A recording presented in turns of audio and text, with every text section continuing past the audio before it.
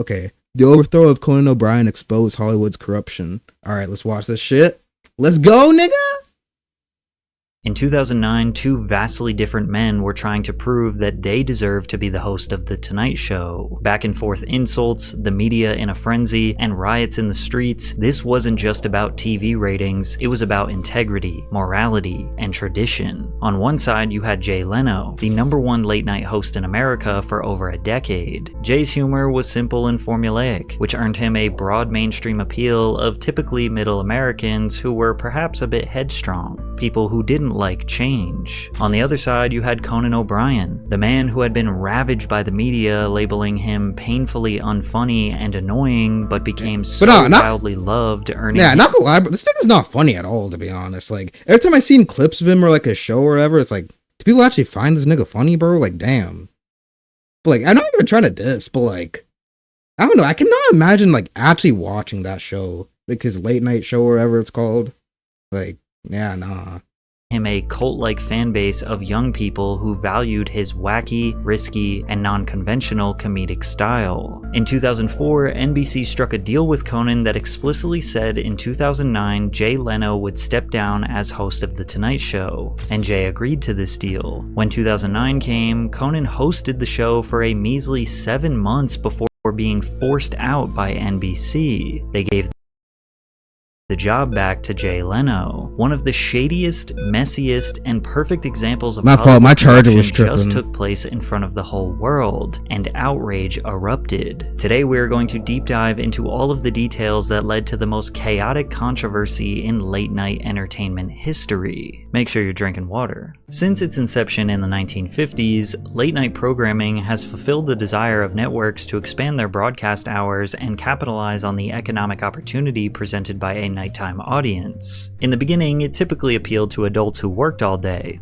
Now the kids are asleep, and it's finally time to relax in front of the TV. The shows were scheduled every night, Monday through Friday, typically around 11:30 p.m., directly after the local news. The format included interviews, comedy sketches, and musical performances with various celebrities, politicians, and public figures. The relaxed, literally every late night show to ever exist, to be honest, like, they literally all just this, bro. They all just do the same shit, not gonna lie. Like, okay, like, one of them needs to like change shit up and do something differently. Then I'd probably watch that shit, you know what I mean?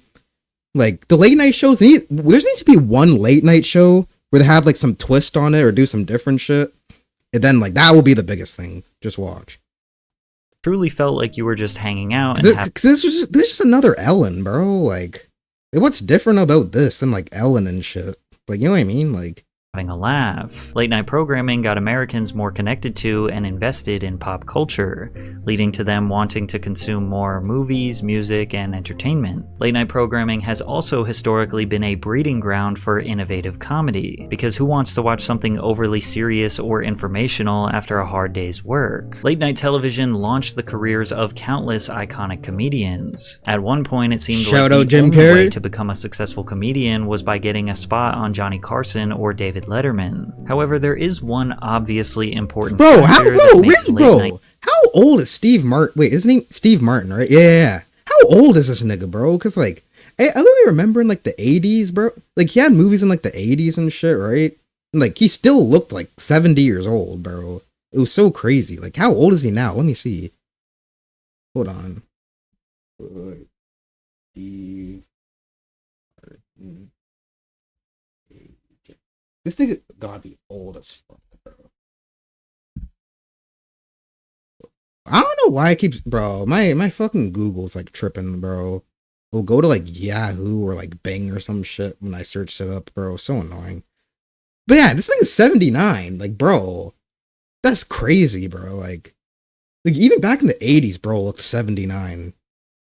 Night TV thrive. And that's the host. When you have millions of viewers tuning in night after night, in addition to having A-list stars come and hang out, you need to have charm, intelligence, wittiness, someone who can relate to the masses yet have natural conversations with celebrities. Hosting a late night TV program is one of the most coveted positions in the entertainment industry, and it's typically sought after by comedians. They get to have a consistent job where their comedy and likeness is exposed to millions of viewers every single night. They get to be on the cutting edge of pop culture, which maintains their relevance, not to mention the multi-year, multi-million-dollar contracts. Choosing the perfect late-night host is a big business decision, one that doesn't just impact the network or the comedian, but the entire entertainment industry. And in 1992, television witnessed a major change as Johnny Carson, the most iconic late-night host in TV history, retired from The Tonight Show, marking the end of an era that spanned 3 decades. Carson's final episode was an emotional farewell, watched by over 50 million viewers. When he retired, audiences and the television industry alike couldn't imagine anyone living up to the impeccable standards he set. Replacing Carson would be like sitting on a golden throne in Hollywood. His hard work and diehard fan base would essentially just be given to you. Many expected David Letterman, who had been hosting late night since 1982, to be Carson's natural successor. Letterman's show had been airing at 12:30 a.m. directly after Johnny Carson for more than a decade, so they had very similar audiences. However, NBC chose Jay Leno over David Letterman as Carson's replacement. And you should choose Morgan & Morgan because finding a good lawyer can be very difficult. If you ever need a lawyer, Morgan & Morgan make it easy. All law firms are not the same. Alright, bro, Morgan I'm & skipping Morgan this is the biggest for a reason. Bro. Where's the actual video start? I fuck with bro, but like I'm not trying to buy whatever you're promoting. Or click the link in the description. Thanks, Morgan & Morgan. But I hope people buy it though. I hope like you make some money off that shit for real. But like I'm just not gonna buy it though. This is my choice. I'm sorry. Alright. In 1992, Jay Leno was a seasoned comedian, well-respected and well-liked by his comedy peers. He was no Carlin or Seinfeld, but he was funny enough for the 80s and 90s. Throughout his come-up, he was a regular on Johnny Carson, whose fan base thought he was hilarious. That's what you do. You try the jokes out on the road, and then you bring them back and you do them on Monday. You know? Are you on the, remember when I traveled this summer, they gave me a, which I'd never gotten before, the extra mileage or free bonus? What is that? I'm on the Delta one, the Frequent Survivor program.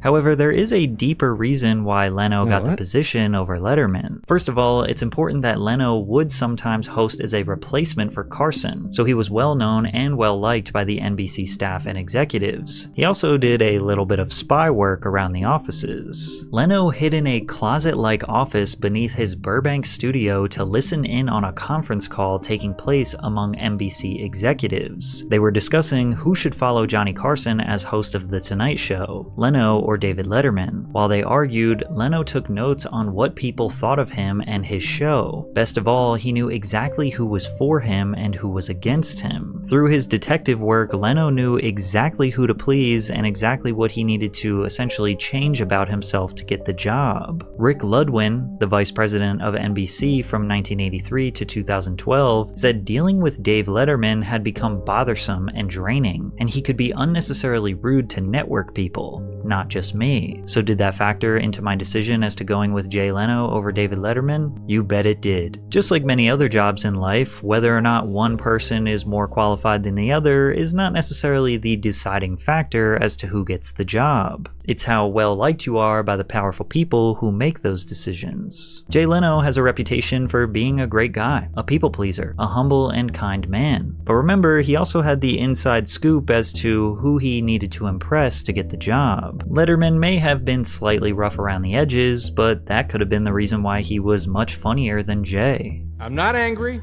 I'm not angry at NBC about this. Right. Not angry at Jay Leno. Bro, I don't even know either of these people, bro. Like, no, I know who David Letterman is, but I never watched like his show before. Or like, if I saw a picture of him or something, I wouldn't know that's him. You know what I mean? But I know that name, David Letterman, and like what he does. And same with Johnny Carson. Like, so I don't know. This isn't as interesting to me. Like, I don't really know these people. Realistically, if it were not for you, I wouldn't have a show. And, you know, I wouldn't have socks, actually, if it weren't for you. And now, if the network had come to me and they say, Dave, we'd like you to have this show.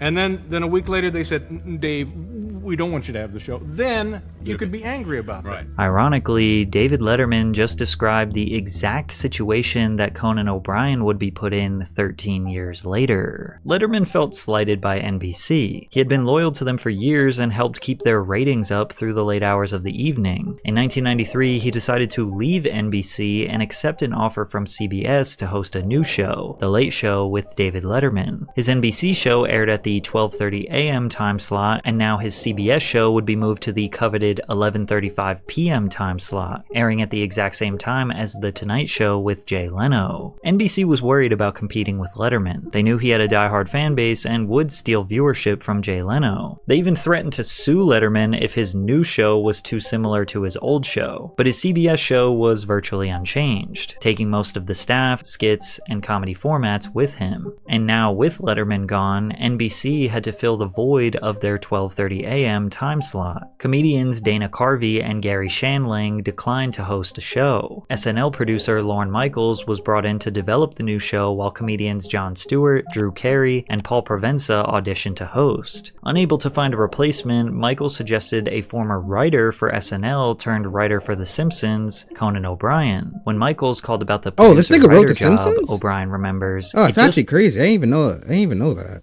didn't feel right. I'd gone through this chaotic period, then done The Simpsons and gotten happy. Why would I jump into this situation when I knew whatever replaced Letterman would be in for a bumpy ride? After he backed out, Conan felt an immediate sense of relief. However, a couple weeks later, Michaels called to offer the position again. I wasn't thrilled. His then girlfriend Lisa Kudrow felt Conan would be perfect for the position. He's the smartest person I've ever met, the funniest person I've ever met, and he's also the best conversationalist. At any party, you can seat him with any group of people and get them talking. Conan convinced himself he was not fit for the job. No, I am a writer. I just have to be happy with that. They won't want me. At that point in his life, Conan had less than 1 minute of television performance experience. Ultimately, he decided to audition for the show, where you can tell he didn't feel confident with his performance. Again, thank you for coming. How could I miss an opportunity like this?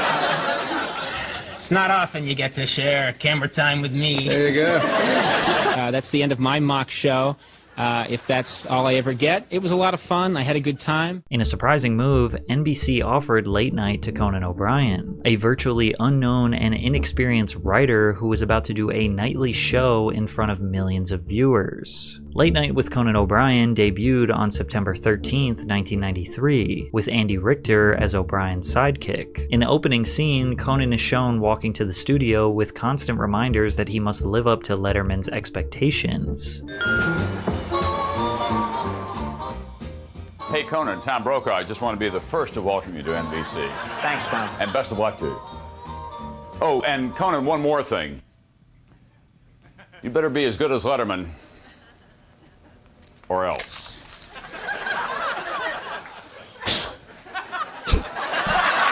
I hear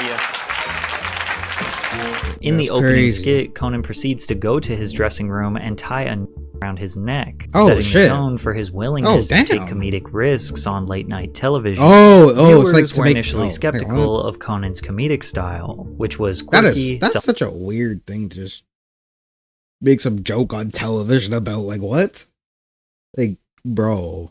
self-deprecating, and unconventional compared to his predecessor. The show's early episodes were marked by uneven pacing and experimental humor that didn't immediately resonate with mainstream audiences. Conan's nervous energy and inexperience as a performer were evident, leading to mixed reviews from critics. The Washington Post's Tom Shales wrote, "As for O'Brien, the young man is a living collage of annoying nervous habits. He giggles and titters, jiggles about and fiddles with his cuffs. He has dark, beady little eyes like a rabbit. He's one of the whitest white men ever."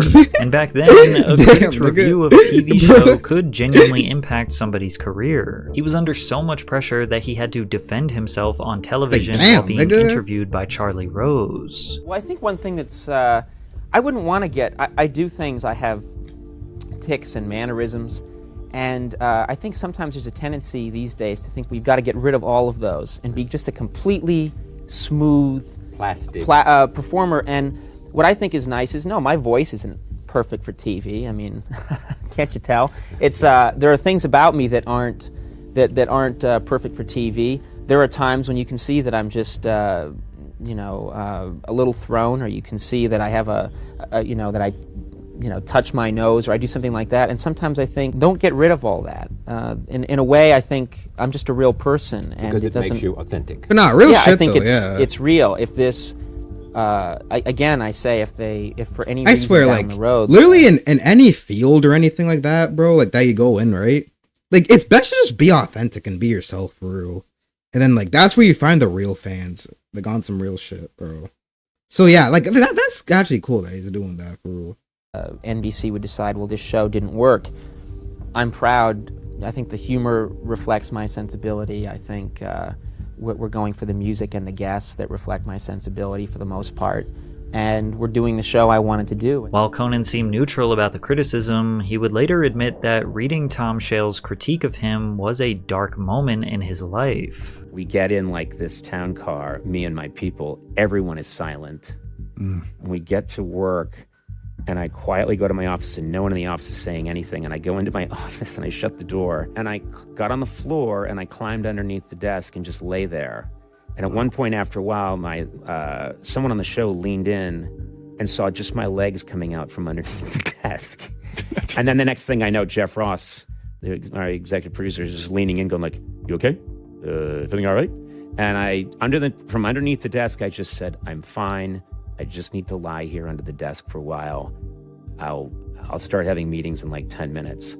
But that to me is like when the needle got to the lowest. But he hung in there, and toward the end of the 90s, Conan O'Brien slowly started winning over his audience. If Letterman and Leno were for the dads that worked all day, then Conan was for the 90s kids who were staying up even later than their parents to indulge in his wacky humor. Near the turn of the century, NBC had a powerhouse network that consisted of Leno hosting The Tonight Show at 11:35, O'Brien hosting Late Night at 12:35, and SNL on the weekend. Despite becoming a valuable asset to the network, NBC was unwilling to pay O'Brien on the same scale as other late-night hosts. With less than 1 year left on his contract, Conan began receiving offers from other networks, including Fox, who made a considerable effort to lure him away from NBC, interested in his appeal to a younger late-night demographic. News Corporation chairman and CEO Peter Chernin pursued him personally, taking him and executive producer Jeff Ross to dinner on several occasions.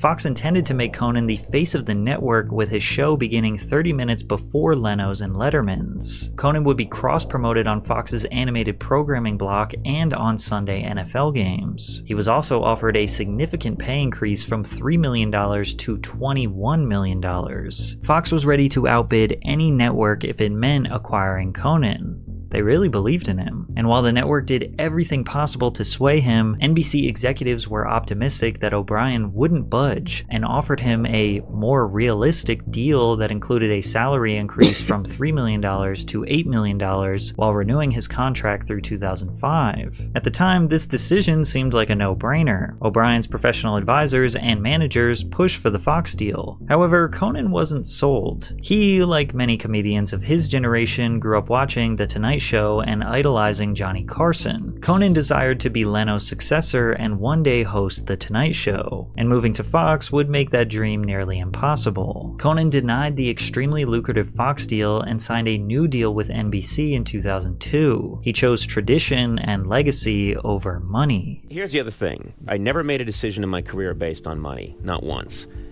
I'm not gonna lie, it's nice to have money. Right. But I've also not had money, and I'm okay with that.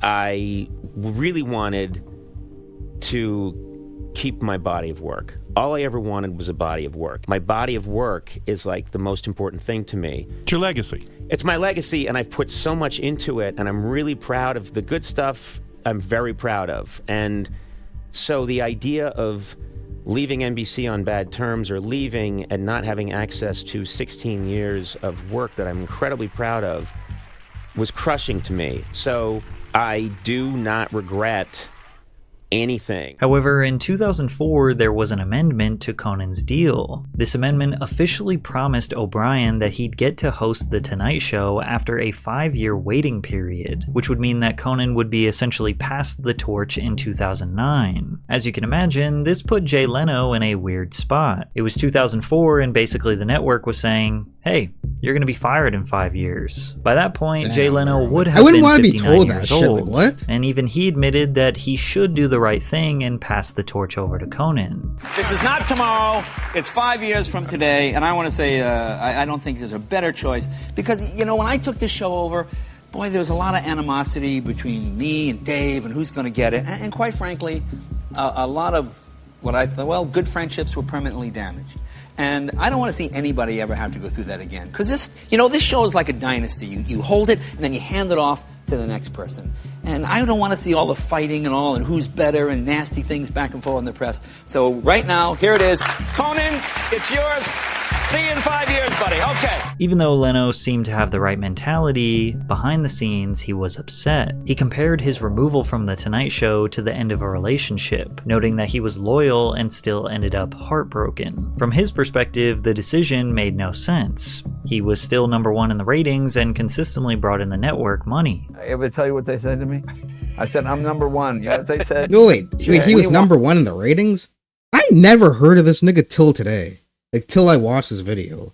I think maybe I've seen him before, but I never heard who Jay Leno is till today. Maybe I'm just out of the loop and that just wasn't my era or some shit.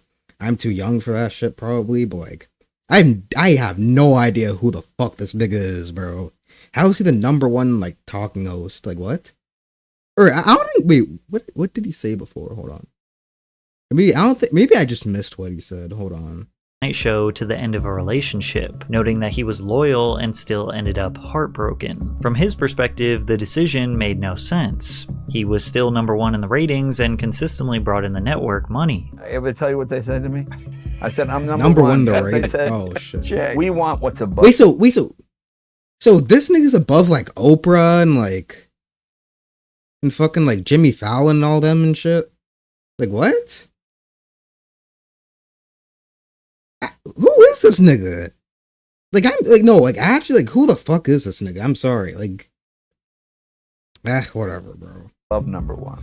No. Yes, that's my favorite quote. No. And I went, Come on. What's above #1? I said, we're #1. We're winning in every demographic group.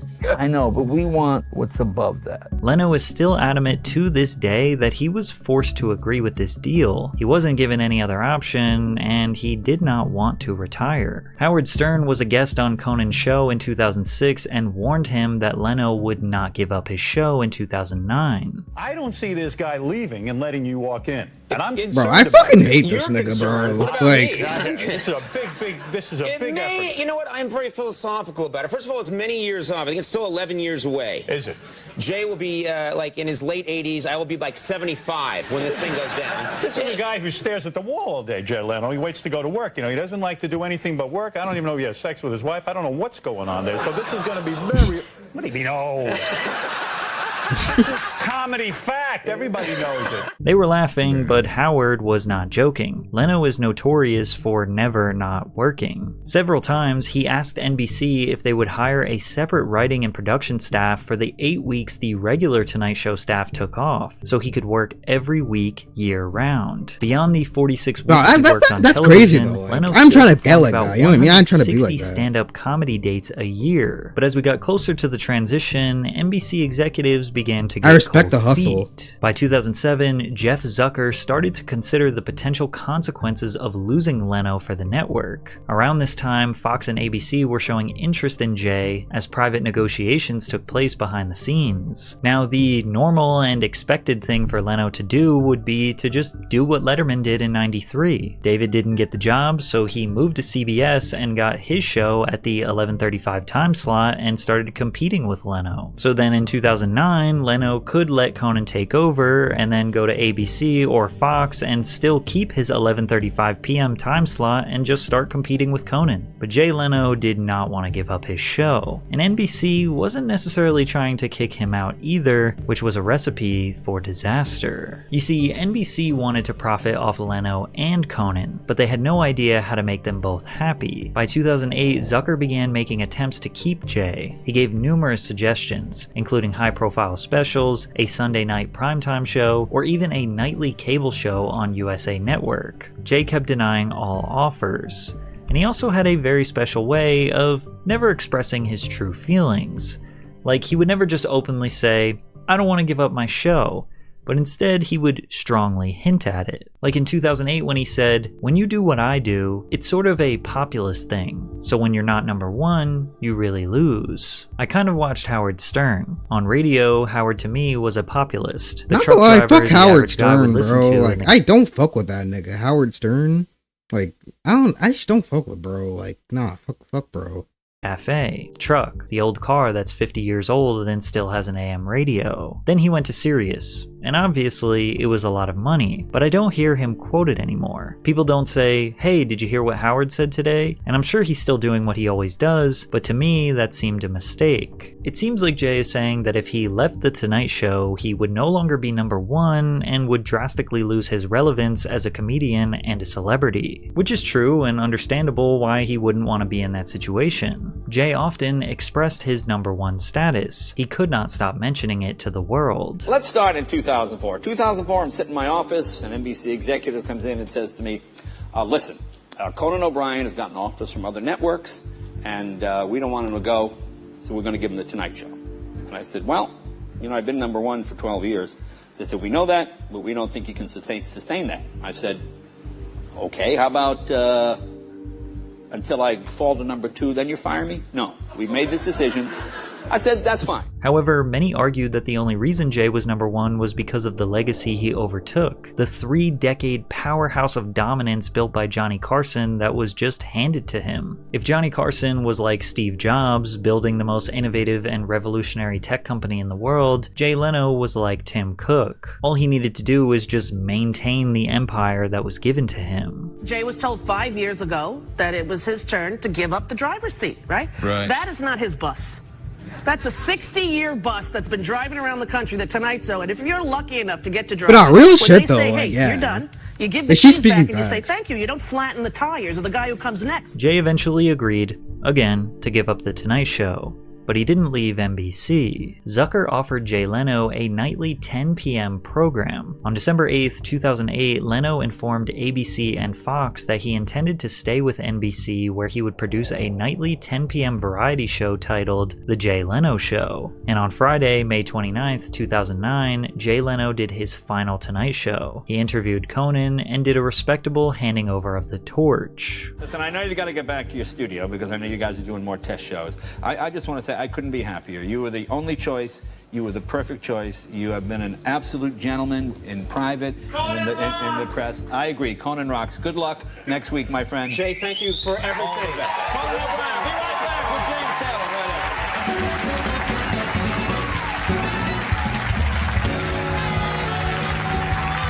Leno ended the episode by asking viewers to please give Conan as much support as you've given me throughout the years. But this was just the beginning of the most chaotic and corrupt 7-month stretch in entertainment history. On June 1st, 2009, The Tonight Show with Conan O'Brien debuted to an audience of over 9 million viewers, performing exceptionally well in the highly sought-after young demographics. Ironically, his first guest, Will Ferrell, predicted Conan's early demise on the very first episode. This is the first show, the first Tonight Show with Conan O'Brien. It's not a. No, look, don't get me wrong, I'm pulling for you, man. Yeah. But this whole thing's a crapshoot at best. You know? We got some shaky studio execs back there, Okay. waiting to pull the plug at any second. All right. Critics gave about 50-50 Bro, on Will Conan's Ferrell's first so show. funny, bro. One Like- described him as painfully unfunny, whereas Tom Shales of the Washington Post wrote, "There's every indication that O'Brien will be up to the job of his illustrious predecessors." But as the show aired each night, older viewers gradually began tuning out. Now, this was expected, but viewers dropped so low that The Tonight Show with Conan O'Brien was surpassed by The Late Show with David Letterman, which hadn't happened in about a decade. While Zucker assured Conan that a drop in viewership was inevitable, executives at NBC began to worry. Over time, Zucker became frustrated with O'Brien's performance as what he regarded as the booking of the wrong stars. In June of 2009, controversy ensued after David Letterman joked about politician Sarah Palin's family. Zucker, who wanted to capitalize on the situation, advised Conan to bring Sarah Palin on the show in a desperate attempt to boost viewership.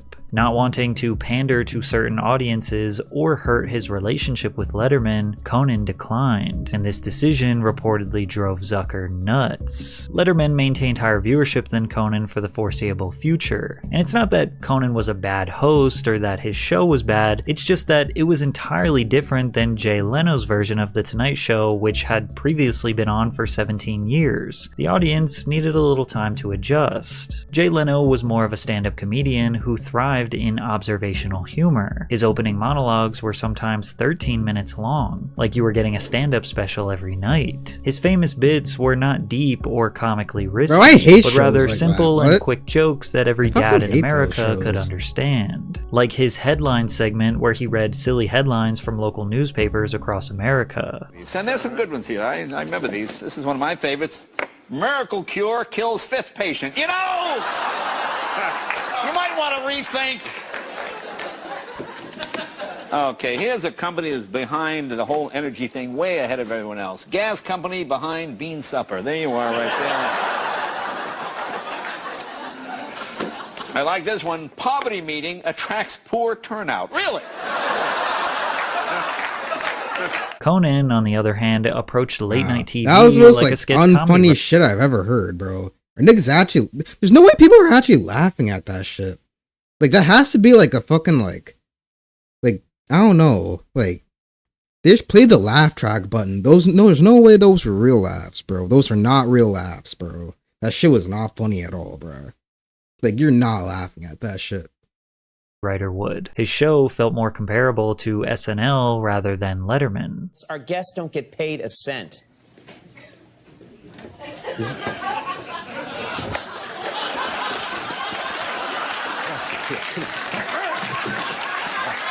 Damn, nigga.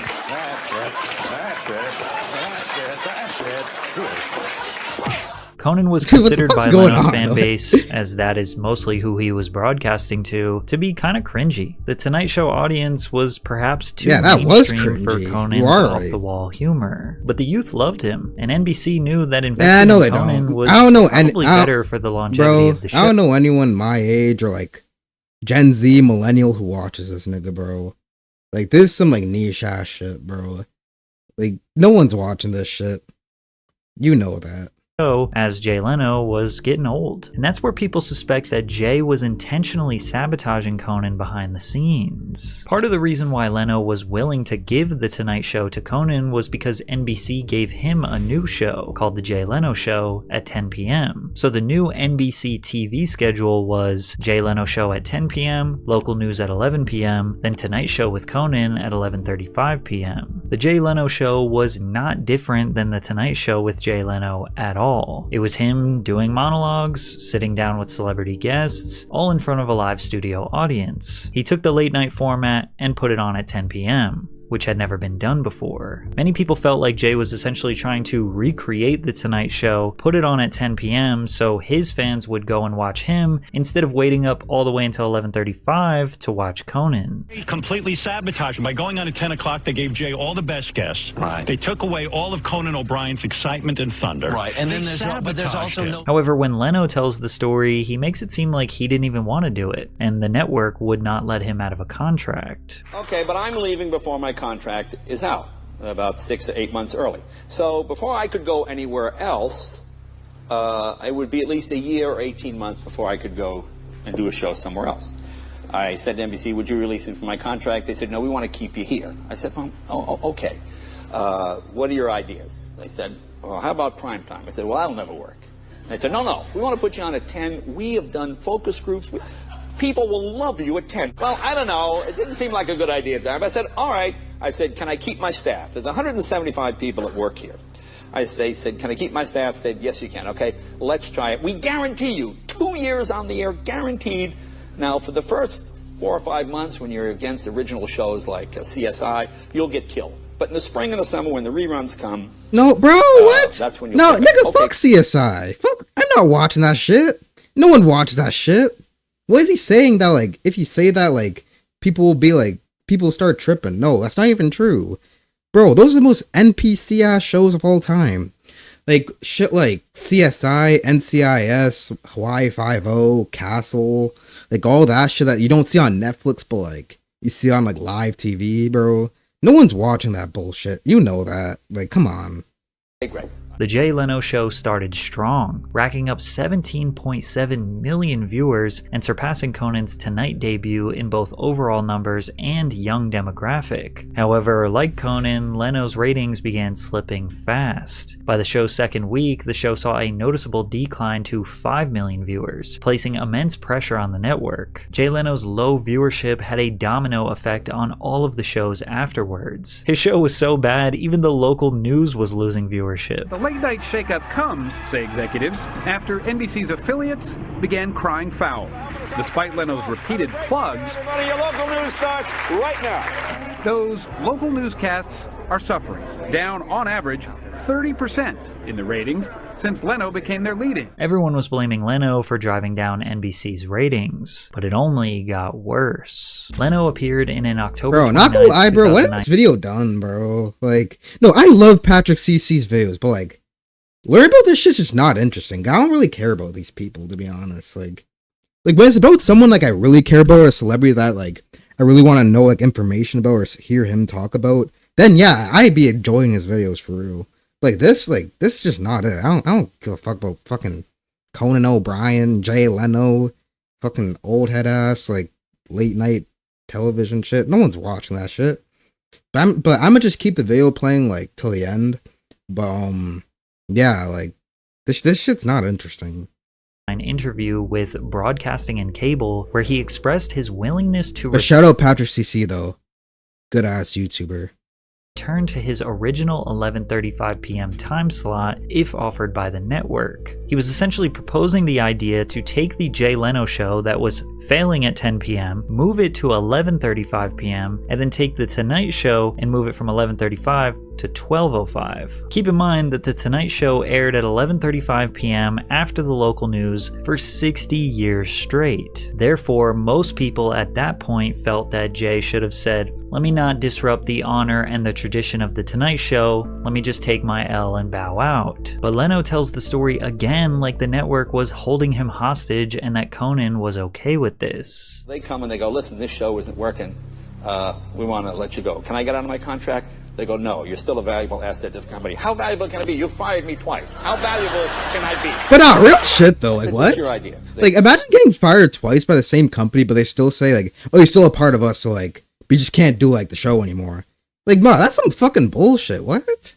Bro, like, no, I feel for this nigga, man. Like, damn. He said, well, look, how about you do a half-hour show at 11:30? Now, where I come from, when the boss gives you a job and you don't do it well, I think we did a good job here, but we didn't get the ratings. Okay, so you get humbled. I said, okay, I'm not crazy about doing a half hour, but okay. What do you want to do with Conan? We'll put him on at midnight or 12:05. He keeps the Tonight Show, does all that. He gets the whole hour. I said, okay.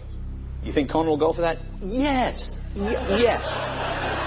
Almost guarantee. I said, okay. Shake hands, that's it. When very poor ratings came in for the November sweeps period, NBC affiliates became alarmed, and the network's board members demanded something be done regarding the 10 p.m. lead-in. It had only been 5 months since Conan took over The Tonight Show, and 3 months since Jay launched his new show, but apparently the network was on the brink of collapse. If something were not done by January, the affiliates reasoned, they would instate syndicated programming or move up their news broadcasts and remove the Jay Leno show. Somehow, news outlets learned about NBC's time slot shift, informing the public before Conan. TMZ reported on the story with a headline reading, "NBC Shakeup, Jay Leno comes out on top." Conan was obviously pissed off, feeling like a decision was made before ever consulting him. It seemed like the obvious answer was just get rid of Jay Leno. It's gonna take time for audiences to warm up to Conan. But it's not like Conan was a rookie. He had been hosting his own late night show for 15 years at that point. But for whatever reason, the network just didn't seem to prioritize Conan. They only seemed to make decisions based on Jay Leno's wants and needs. So after just 7 months of hosting The Tonight Show, a dream he had looked forward to since his very first debut, he decided it would be best if he just stepped down. On January 21st, 2010, Conan released his People of Earth letter in which he explained his refusal to host The Tonight Show at 12:05 a.m., citing concerns about undermining the legacy of The Tonight Show, which had always aired at 11:35 p.m. In the last few days, I've been getting a lot of sympathy calls, and I want to start by making it clear that no one should waste a second feeling sorry for me. For 17 years, I've been getting paid to do what I love the most, and in a world with real problems, I've been absurdly lucky. That said, I've been suddenly put in a very public predicament, and my bosses are demanding an immediate decision. For 60 years, The Tonight Show has been aired immediately following the late local news. I sincerely believe that delaying The Tonight Show into the next day to accommodate another comedy program will seriously damage what I consider to be the greatest franchise in the history of broadcasting. The Tonight Show at 12:05 simply isn't The Tonight Show. Also, if I accept this move, I will be knocking the Late Night Show, which I inherited from David Letterman and passed on to Jimmy Fallon, out of its long-held time slot. That would hurt the other NBC franchise that I love, and it would be unfair to Jimmy. So it has come to this. I cannot express in words how much I enjoy hosting this program and what an enormous personal disappointment it is for me to consider losing it. My staff and I have worked unbelievably hard, and we are very proud of our contribution to the legacy of The Tonight Show, but I cannot participate in what I honestly believe is its destruction. This letter changed the tone. This wasn't just Conan saying no, it was Conan saying no,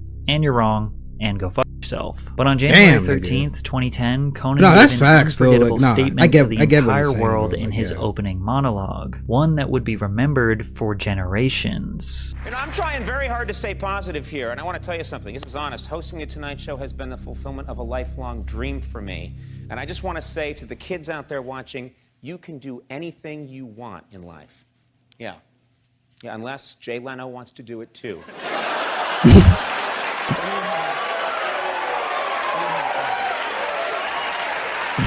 This quote effectively summarized this entire war, and it cut through Jay Leno like a knife. The public response to the late night wars of 2010 was largely sympathetic towards Conan. Many saw him as the victim of a corporate mishandling of late night TV. People admired his integrity and willingness to walk away rather than compromise the show's legacy. Amid the controversy, social media users showed overwhelming support for O'Brien. Over 1 million people joined 2 Facebook groups supporting O'Brien, Team Conan and I'm with Coco. Ratings for The Tonight Show with Conan O'Brien skyrocketed, and the viral support for Conan only increased by the week of his final shows. Nationwide, there were protests in favor of O'Brien outside NBC studios in New York, LA, Chicago, and Seattle. At a rally on January make sure you subscribe. Conan made a brief appearance outside the make sure you subscribe and shit, bro. Hey, I fuck with you, dog. Hey, said you're new here. That's cool. That's cool.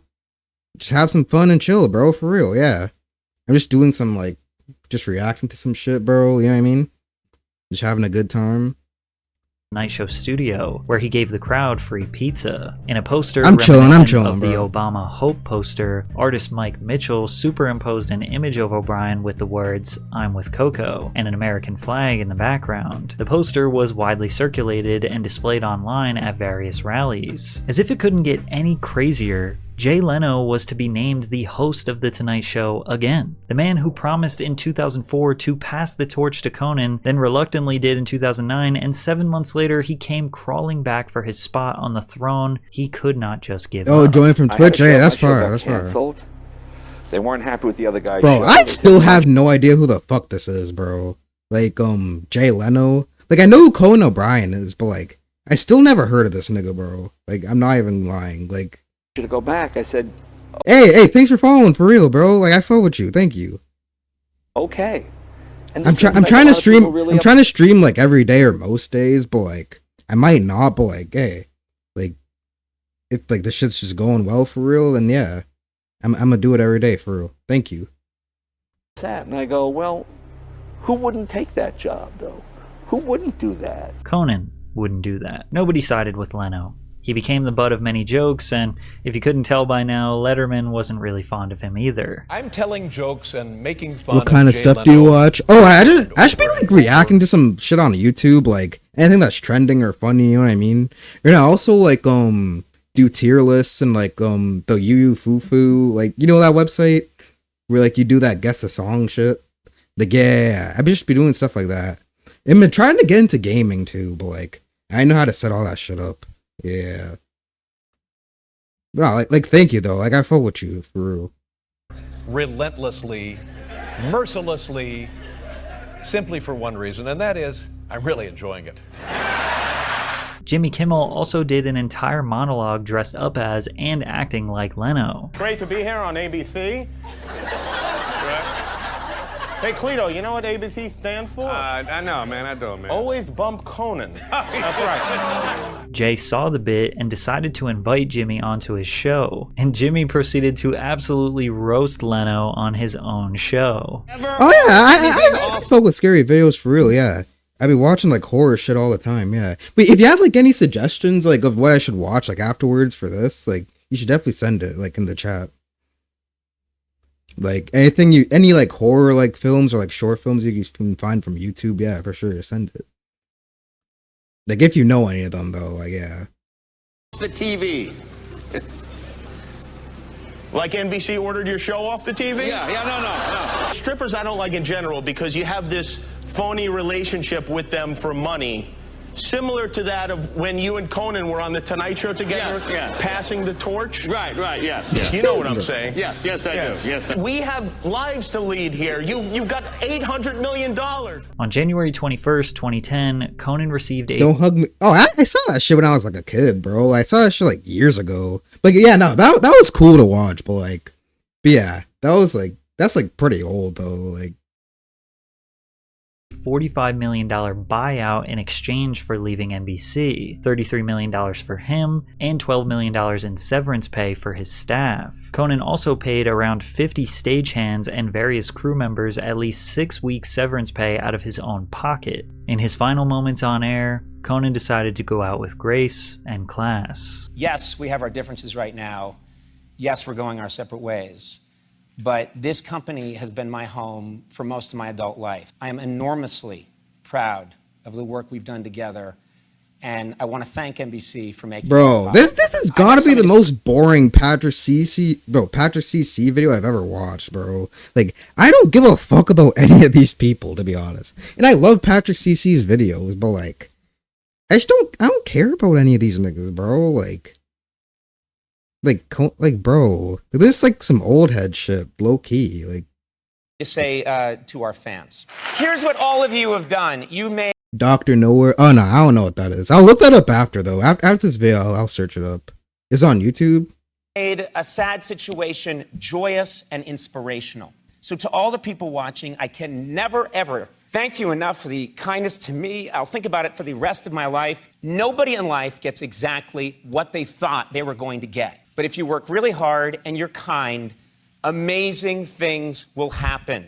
I'm telling you, amazing things will happen. Conan's final episode drew 10.3 million viewers. Not only did O'Brien's final show beat all late night competition, it outscored all primetime shows in the 18 to 49 demographic from that night and the night before. On March 1st, 2010, NBC confirmed that Jay Leno would officially resume as the host of The Tonight Show. 1 month later, Conan signed with TBS to produce the late night talk show, Conan. The program debuted on the network in November, premiering to 4 million viewers. Leno's return to The Tonight Show accumulated 6.6 million viewers. He once again beat out Letterman for much of his run, remaining back at the #1 spot for many years after. From a business perspective, NBC made the right decision. They saved their show and they saved their ratings. The biggest thing people come up and say to me in gas stations and restaurants, I have so many people say this to me, hey, partner, you got screwed.